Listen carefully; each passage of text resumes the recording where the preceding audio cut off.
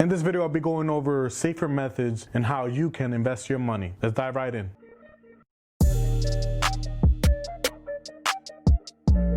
In this video, I'll be going over expectations, strategy, and results that you may have in investing. Please do know that when you invest your money, you are putting it at risk, and I ask that you go see a professional. To make sure that your expectations are clear, you have to be aware that when you invest your money into safer assets, you will have less financial gain and a lower ROI, return on your investment. And that doesn't mean that it's not a good investment. It means that the money that you have invested is going to be giving consistent and stable returns. It's not going to be going up and down too much. You'll be able to have more confidence that you'll be able to net a certain percentage with safer assets. Safer assets tend to be more measurable. Like for example, with real estate, people have to live somewhere, and people, when they move into your real estate, they have to pay you rent. Like let's just say if it's residential, they have to pay you rent, and you already know how much that's going to be every single month. As long as you practice mitigation, which is essentially lessening the risk, and you can practice mitigation with real estate by checking on the credit score, the annual income, and what occupation they have. When people are investing into riskier assets, that means they may have a lot of ups and downs, a lot of volatility. So it could mean for one person, it could be great profit. For another person, it could be great loss. And people could be sold on the dream that they could get these great profits, which leads to a lot of people losing a lot of money, because when you're investing into the markets, it's not about investing to make the most. It's about investing to get a return. And you are aware of how much risk there is in the market.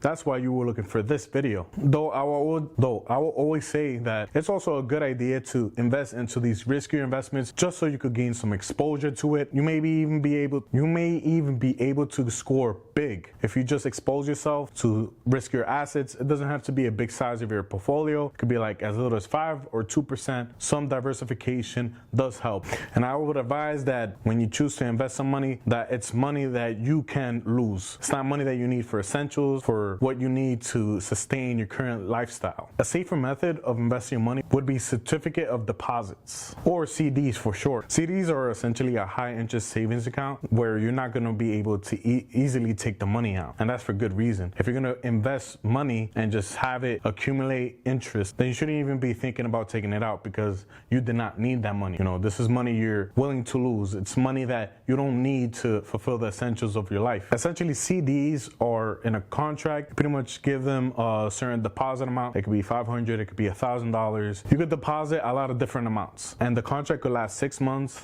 a year, 2 years. Typically, the longer the contract, the higher interest you're going to be earning. And at the time of this recording, CDs are giving about 0.8% interest, which is much more than what you would earn at a typical savings or checking account, or under your mattress, or inside of that piggy bank that you got that looks like a crayon. A cool strategy that you can have is having multiple CDs at the same time. So what you do is you have them ranging from different contract periods. So you have one that lasts 3 months, 6 months, a year, and 2 years. So how this helps with CDs is that it keeps the money more liquid in case you need to take it out. Maybe you see in the future that there could be a possible better investment that you could have. Then CD ladders is essentially you have, let's say, $5,000, and you invest it equally into 5 different contracts that take different amount of times to expire or mature. That means that you're taking advantage of being able to take your money out quickly through intervals like every 6 months, depending on how you organize the contract, and you'll be able to take advantage of different interest rates that banks may give at different contract lengths. Another safer method of investing your money is into money market funds. Well, money market funds are different types of investments. So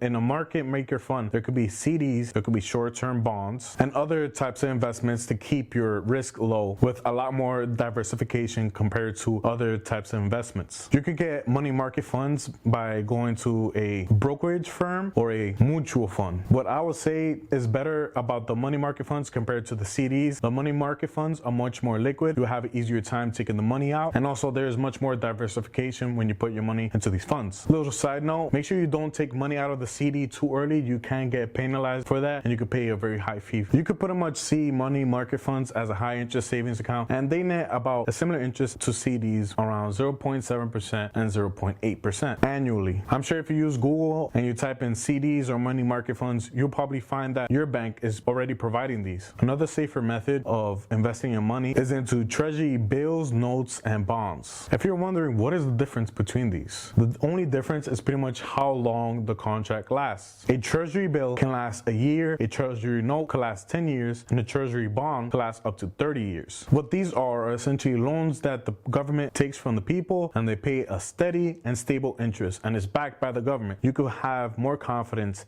that you will see the return that was noted on the treasury bill, note, or bond. You can buy treasury bills, notes, and bonds treasurydirect.gov. Make sure that before you take any bill, note, or bond that it offers positive interest. There are bonds that offer negative interest, and you got to be careful. The bonds average about 0.5% interest, which is a bit low, but you can see it as a higher interest savings account compared to what the savings account are offering today. I mean, I'm as confused as you. I don't get it. Why are they even offering negative interest bonds? I don't know who's that for, but let's not do that. Another safer method of investing your money will be into corporate bonds. That's right, even corporations can offer bonds. It's pretty much just like a bond that you could get from the government. The only difference is going to be a corporation, and preferably if you are looking into corporate bonds, you will look for bonds from big companies that you will see as less risky, and there are more name brand, more popular, that you know that they'll stay in business for a very long time. Any corporate bond that you see from companies that are more risky and not as popular are referred to as junk bonds. Please do note that corporate bonds can change how much interest that they're paying during the contract of the bond. So the shorter the contract is, the better. Make sure that it ends, or how investors say, when it matures, that it matures within the next few years. Unfortunately, the longer the contract, the more riskier it is, and the more vulnerable it is to interest rate changes. What will be considered a higher quality corporate bond will be from reputable companies that smash the like button. Corporate bonds are considered safer than stocks because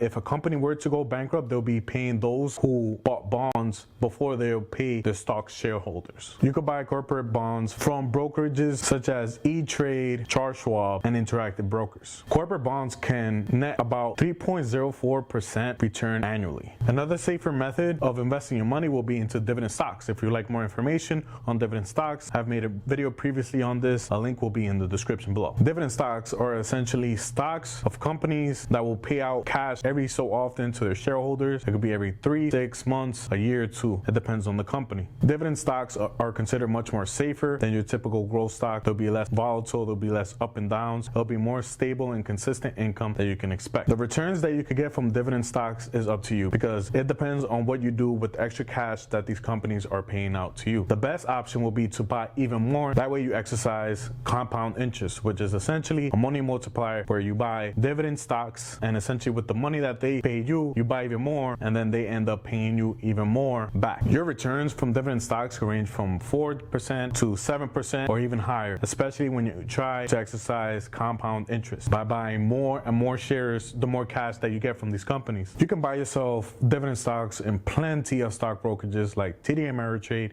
E-Trade, and Interactive Brokers. What are you doing? Click on the box already. Tune into more content. I'll catch you in the next one.